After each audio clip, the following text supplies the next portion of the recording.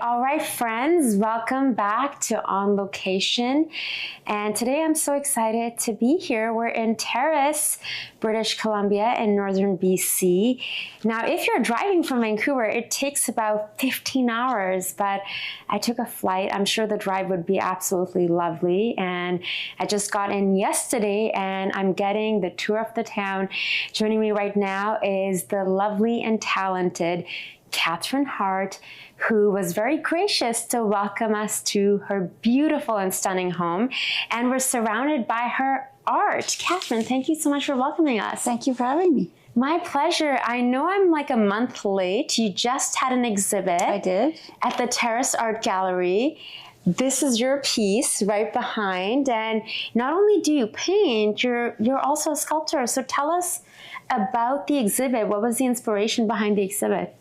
Well, I was inspired by something that really just made me furious, actually.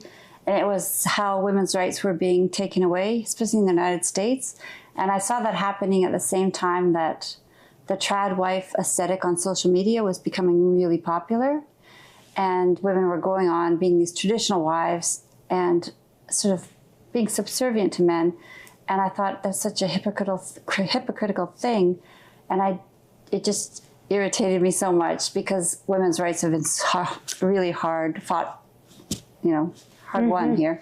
And so I wanted to do this exhibit to demonstrate how the rights that we fought for could easily be taken away. So true. I'm so glad you were inspired by that. I was reading a very interesting statistic which blew me away. The fact that it was not even 50 years ago in Canada that women couldn't, I believe, don't quote me on this, I think it was around 50 years ago that women couldn't open a bank account. Yes. Couldn't get a mortgage, couldn't rent an apartment. That's true. And they could have their husbands co-sign. Yeah. And it was 1960 was the year that Indigenous women could vote without losing their status. It's in a very close history, right? It's not that far away. No. And it's already things are being taken away. So my show was a cautionary tale to the younger generation because this generation that are in high school right now, they're the first generation where their women's enjoyed all rights in Canada, pretty much. And I wanted them to be aware that that wasn't always the case. Like my grandmother couldn't go into a bar by herself. My mother couldn't get a credit card by herself.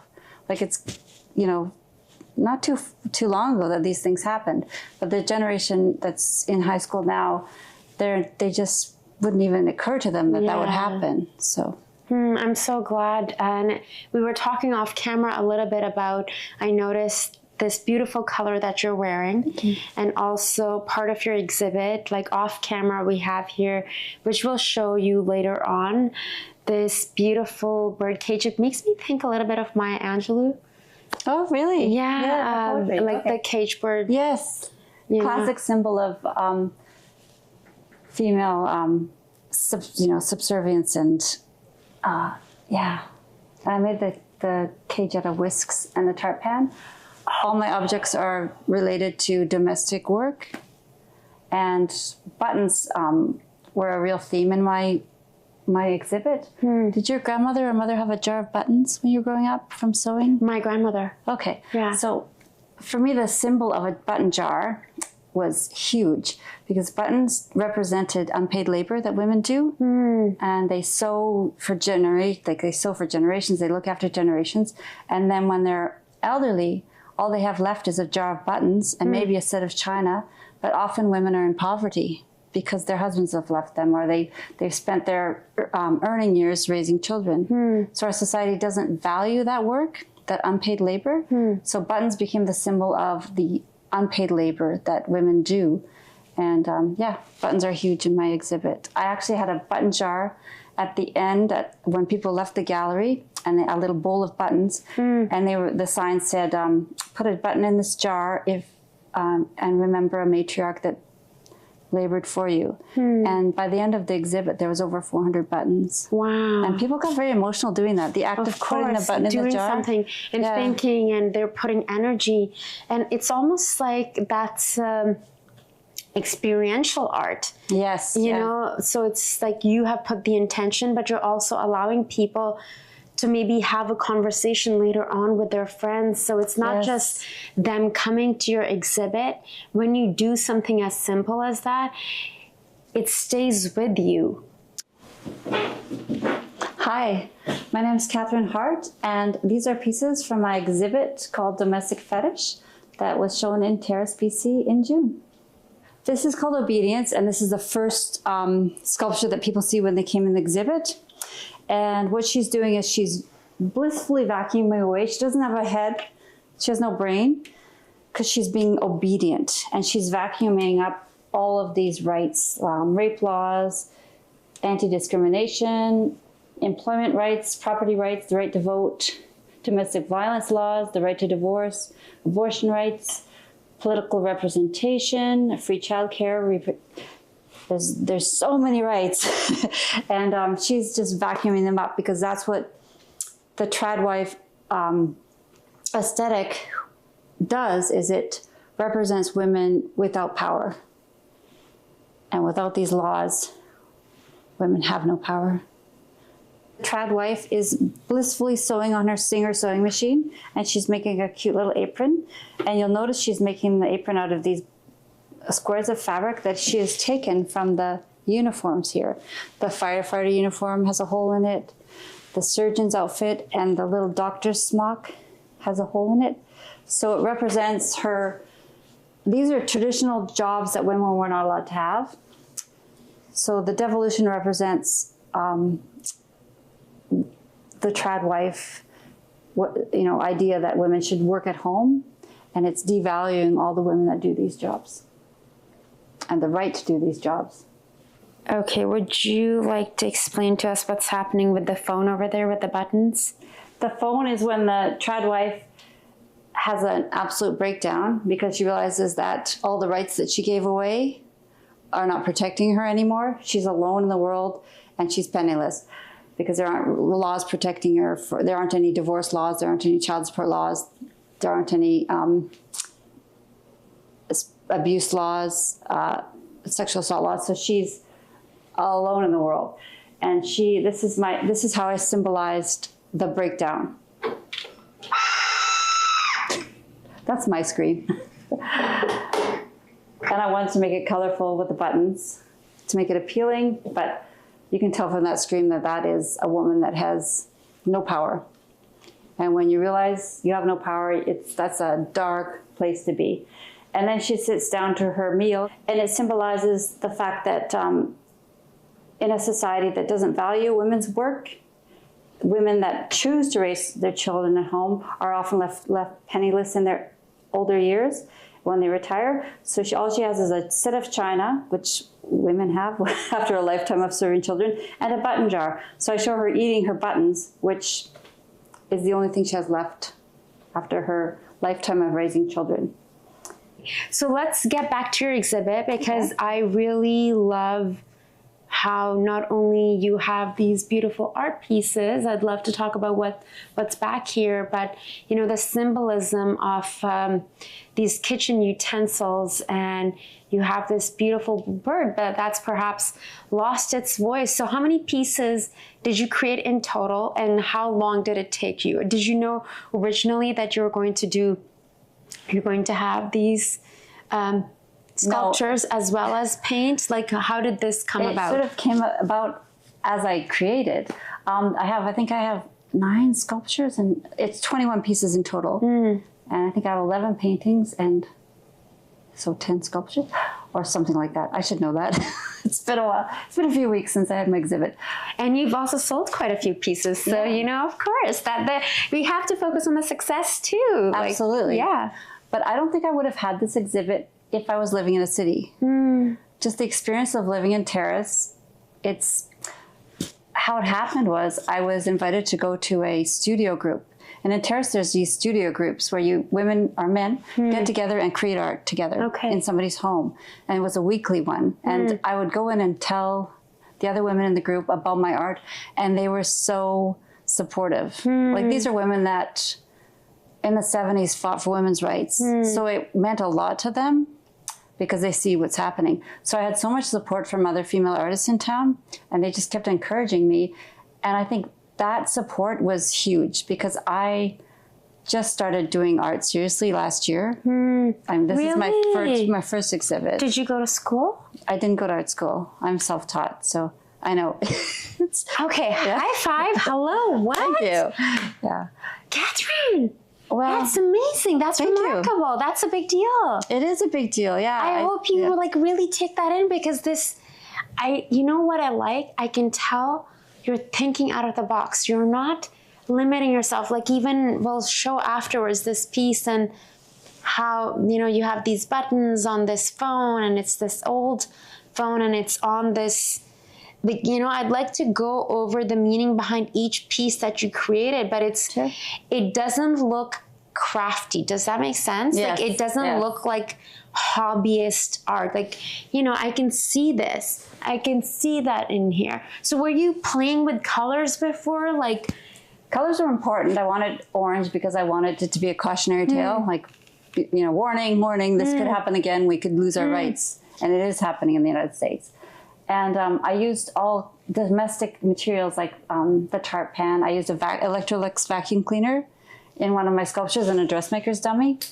And the amount of people were like, oh, my mom had that or my grandma had that. People remember vacuum cleaners for some reason. And I have a little sewing machine. So all the object I used in the found object sculpture is, they're all domestic related. Yeah. Did I answer your question? A bit. But I'm so curious because I can also hear underneath what you're saying. I can hear this is a topic that really moves you. So I want to dig a little bit deeper and talk about that. Like, what does that mean to you to talk about women's rights? It's everything. Everything. Oh boy, that's a big question. I just feel like now that in social media and people are sharing like the division of labor in households and how unfair it is, it's just so apparent how the patriarchy has done so much damage to us. And I just had to do an art show that spoke to the women of my generation, my mom's generation, how they must have suffered under the patriarchy even more than I did. And how hard it must have been to sacrifice everything to raise a family and then have that work just mean nothing. That's why the buttons are the litter in the birdcage, because they're meaningless. They have no value. So women's domestic labor has no value in our society.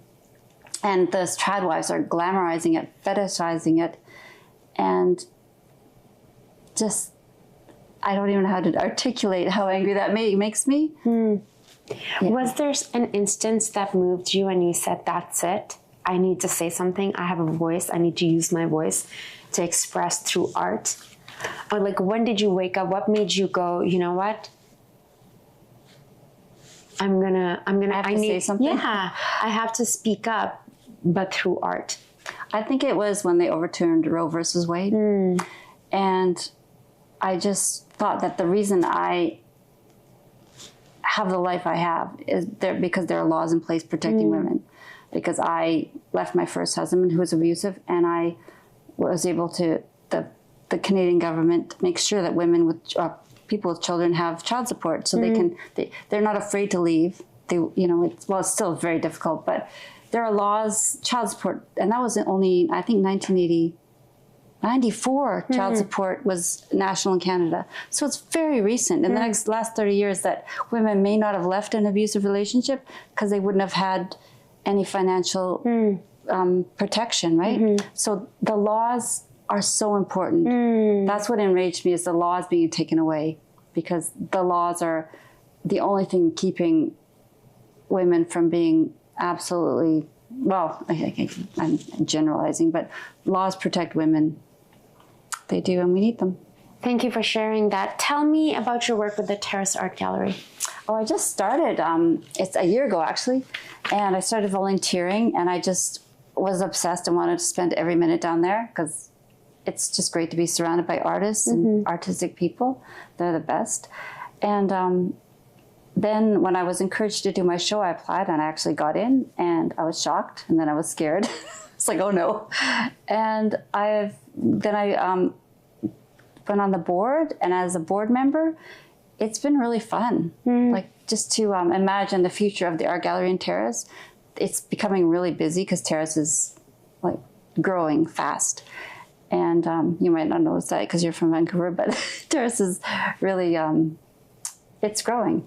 And I'm just so excited the direction the Terrace Art Gallery can go. It's going to be fun. I'm excited about it. I just love it. Amazing. Now, were you born in Terrace? Have you always lived here? No, I've been here for, since 97. I don't know how many years that is. 25? No, I don't know. Anyway, yeah. And a lot of my friends are artists, but there's a real grassroots kind of arts community in Terrace. And I think that's the reason that I felt I could have an art gallery or an exhibit, is it seemed possible here in Terrace. I think if you're in a big city, it would seem impossible. It's not, though. I mean, I should encourage people, if you have something that really gets under your skin, that enrages you, make art. And you can make art with, like I did, found art objects. Like it's just, I encourage people to apply to galleries and get in, because it is a really satisfying to see the reaction that my show got, to see women coming up to me with tears in their eyes, men coming up to me. It's just a beautiful, art is amazing. And Terrace is a great town to be an artist in. What were you doing before you got involved with the Terrace Art Gallery, before you started painting? It's not a happy story. I've been fighting breast cancer for 3 years.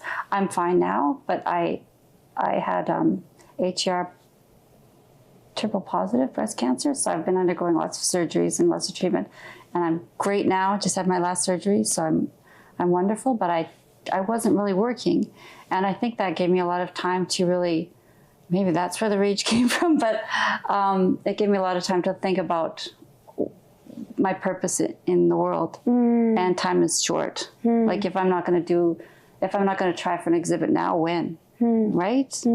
It's do it now. Because if I failed at it and it was a total flop, that's the process of it. People are thirsty for art that's meaningful. They really are. I feel like these times, especially when the world is in chaos, people are really looking for meaning in things. They want, I think people are over frivolity. How would you say that? Frivolity. Yeah. And they're looking for deeper meaning in things. I saw that. But I also hear your passion, because there's that. But when someone has the personal connection, when something really, because I can feel, like sitting down here with you, I can feel that what you're saying, it means something to you. Oh, yeah. And it hits a nerve. And you wanted to say something. It's very deeply personal. Yeah. Deeply personal. What made you move? What made you leave? I know you were saying that you were living in North Van before. I was born there, but I left an abusive relationship. Okay. Yeah, and then my parents were living here at the time, so I came with my 6-week-old baby and my 2-year-old daughter, and I landed in Terrace, and I was like, what have I done? What have I done? Because this is remote. I thought this was living here. I don't feel like it's remote, but it's pretty remote. So and I never left. And I raised my children here, and now my daughter's pregnant. She's going to have a baby. Oh, congratulations. Thank you. And she's married. Her husband lives here. And yeah, it's just raising children here. They were involved in sports and music. And it's just, I cannot say enough about how much I love Terrace. Like, we walk our dog, and every day I say to my husband, oh, I love it here. What are winters like here? What do you get up to? Ooh, I do a lot. When there's enough snow, I do cross-country skiing and snowshoeing. Okay. Love it. And I don't do as much downhill, but Shames Mountain is notorious, or well-known for its backcountry. They have this bowl, so backcountry is really accessible there. And I wish I was that cool, but I'm not a backcountry skier. And what else do I do? I skate sometimes at the arena. Yeah, mostly ski and snowshoe. When there's snow, because we're in the rainforest, so it's not always, when we do get snow, we get snow. But sometimes we don't get it till December. Okay, really? Wow. I would think, like, being up here, it would be Like snow, snow, snow? No, I wish, but no. Okay, all right. Tell me, what are your guys' hopes for art in Terrace and Terrace Art Gallery, and how to support local young artists to, perhaps get their art out there? Well, we have a real connection to the Frida Diesling School of Art, which is at the college, and that's a Indigenous art school. So every year the graduates have a show in our gallery, and it's only Frida Diesling students. Okay. It's amazing. Jamie Davis probably had her stuff in there. Okay. She sells in the gallery too.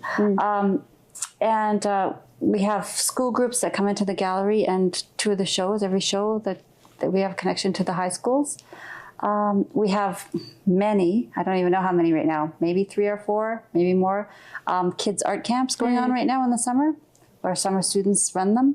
And we have one that runs all year. Patrick Burgomaster, he's an illustrator, and he has a weekly group that comes in and he teaches art to them. So we have a lot of youth programs. And we have a lot of things that we want to do in the future. That's wonderful. Yeah. What are your hopes where would you like to see it go? Or at least in the next year?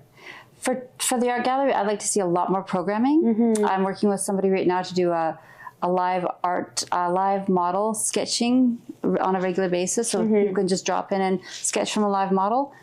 And I have another idea that's from another board member, Victor.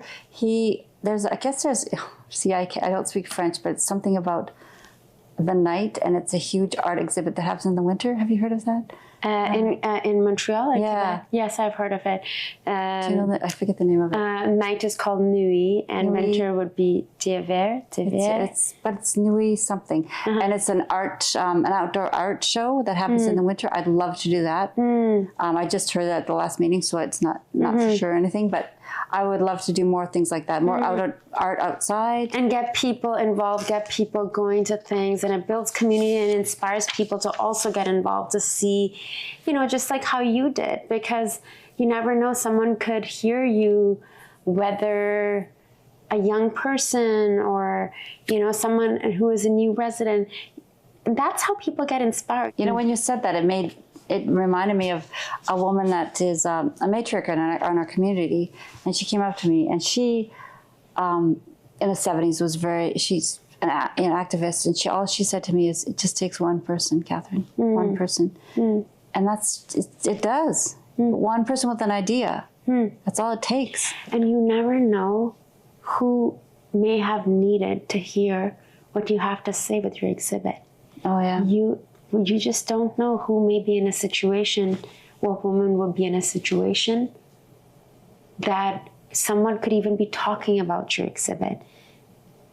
And that's how, through entertainment like Hollywood and movies and plays and art and poems, that's why I feel like art is so important, because especially now, it's very important, yeah. It moves us, it makes us think, we feel deeper, and then, I can watch something, look at something, hear some music, and why is like Chopin, like all these people, like so many years later, we listen to their music, and it just moves us so much, because human connection. Yeah, and we put the meaning behind it. So I think it's really important what you did, and thank you. I'm excited to see what you're going to do next, because I'm sure a lot of people must be asking you, what's next, Catherine? Yeah, I'm just resting on my laurels right now, but I know your exhibit was just last month, and you've sold quite a few pieces.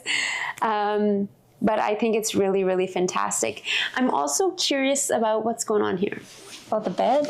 Yes. Well, my paintings in the exhibit were representing the social media of the tradwife. So the paintings were the social media, and my sculptures were what really was happening. So when people saw the paintings, they saw the paintings first started off, she was really like trying to be the tradwife. And then you can see in my paintings how she kind of just slowly has a lot of self-talk and becomes a self-awareness, and suddenly realizes that sort of the error of her ways, and how being a tradwife isn't exactly the way she should go. So this one was probably halfway through the social media, and she's left her bed unmade, which is not what you do if you're a tradwife. You don't put a picture of your bed unmade on it would look like you'd have a picture of a beautiful bed. Immaculate. Yeah. So she's forgetting to make her bed. So this is the first sign that she's sort of unraveling and getting rid of the trad wife aesthetic. And she's having some realizations about what she has done, how she has sort of embraced the trad wife trad wife ideals, and then she goes to regret it, because by the end of the exhibit, she's retired and her husband's left her. It's a story. Yeah. But because there are no laws protecting her, she's left pensionless, and all she has left are I have this little, on China, I have food made out of buttons, a little meal made of buttons. You'll see it, it's kind of cute. And she's just sitting at this little table alone, and her meal is buttons in China, because she's given up all her earning years to raise children, because trad wives are stay-at-home moms, right? But then it's too late. She's given up her rights. So that's the cautionary tale: is don't give up your rights. You can be a domestic goddess if you want. I don't care, but don't do it with. You don't have to give up your rights to do that. Don't give up your power. Yes. Yeah. Yeah. There's just no reason to be subservient to men. It's crazy to even hear me say that. But there are still, look at the United States. Women no longer are in control of their own bodies. If you put a man in a place, like if I said to you, did you know that in the 60s men couldn't get credit cards? Like I say, let's think of, I don't even, it just seems bizarre that if you change it to a man and the laws, it just seems crazy. But we didn't accept it because we fought for it, fought for our rights. But okay, now I don't know what I was saying. No. I hear what you're saying, and I hear your passion. I hear what you're saying, and I feel like it's very close to also what I believe in. And, and also I think that us as women, because another statistic that came up is that now more than ever, women over the age of 30 are single and childless. And they're expecting that the statistics, by 2035, it's going to be like a majority of women, 35 to 45, who are single and childless. Yes. And which is very alarming. But what is interesting is because in today's day and age, women are more successful than men. They own more homes? Yes, they earn more. They're more educated than men. They're certainly driven, and they're not having to rely on them to be in these relationships where they're subservient to them. So now it's making the men question, what's their role? Yes. And where do I meet her? Like, so then on the flip side is, just based on what I'm seeing and hearing, is that a lot of men are just choosing to stay at home, not date. They're isolated and lonely. Yes. And that's a dangerous place for young men. And they're only doing things online and playing a lot of video games and, all that kind of stuff. And don't want to fully get into it. But, it's so interesting and fascinating that instead of this, like we have social media, which I love and we're very grateful for. But when it comes to like real connections, it's really fascinating, because I know so many women in Vancouver who are like smart, beautiful, driven, successful, and they're single. Yeah, because why would you choose to be in a partnership with somebody that isn't equal, right? Yeah. I think because men have had the power for so long that when they feel like they have to have some of their power taken away, they feel like they have less. But it's almost like men have had the whole birthday cake, or the whole cake, for as long as our society exists. And now women are saying, oh, well, actually, we're going to share that. Let's both be happy and share that. And men are like, but I only get half a cake. Yes. No, you're sharing. Like, it's just the idea that they're losing something by women getting rights is ridiculous, because they're not losing. They are, well, but is that a position you want to be in as a man? Do you want to have your partner as not equal? It just, why would you want that? I don't understand it. Well, I'm excited to see what you're going to do with your next exhibit. Well, now I have ideas, hair. Wonderful, wonderful. I feel like when it comes to beauty and like the male gaze and all of that, and I think like, you know, we were talking about Pamela Anderson, and there's so many women who are also choosing to wear their hair gray, silver, whatever you want to call it. I have a girlfriend I was talking to. She's a filmmaker, very, very talented, relocated to Germany. She was saying that, you know, within the next, I think it's in the next 3 weeks or 6 weeks, she's stripping all of her hair of color, and she's going to allow her hair to be naturally gray, silver. I'm not that brave yet, but okay. But you know, but I think sometimes those things we need to experiment with to be like, And that's what made me go when I did my pixie cuts too. And that's what made me go when I chopped off my hair, is I'm like, this is an experiment. Yeah, you can do whatever you want, really. Yeah, completely. Catherine, it's been so lovely talking to you. Thank you so much. It's been a pleasure. My pleasure. I just thank you for welcoming me in your home and for this wonderful conversation. And I'm excited to see the rest of your art. I can't wait to show you. Yeah, so thank you so much for You're very welcome. All your support and, you know, introducing me to so many folks in Terrace. And I'm excited to actually swing by the gallery as well and take a look. And thank you all for watching and for tuning in. We'll make sure to share. Catherine, you have social media, website, anywhere? Yeah, I have a website and I have Instagram and Facebook. Wonderful. So we'll share Catherine's information so you can get in touch with her if you choose to. Until next time, I'm your host, Zara Durrani, and this is On Location in Terrace, produced with the support of TELUS STORYHIVE.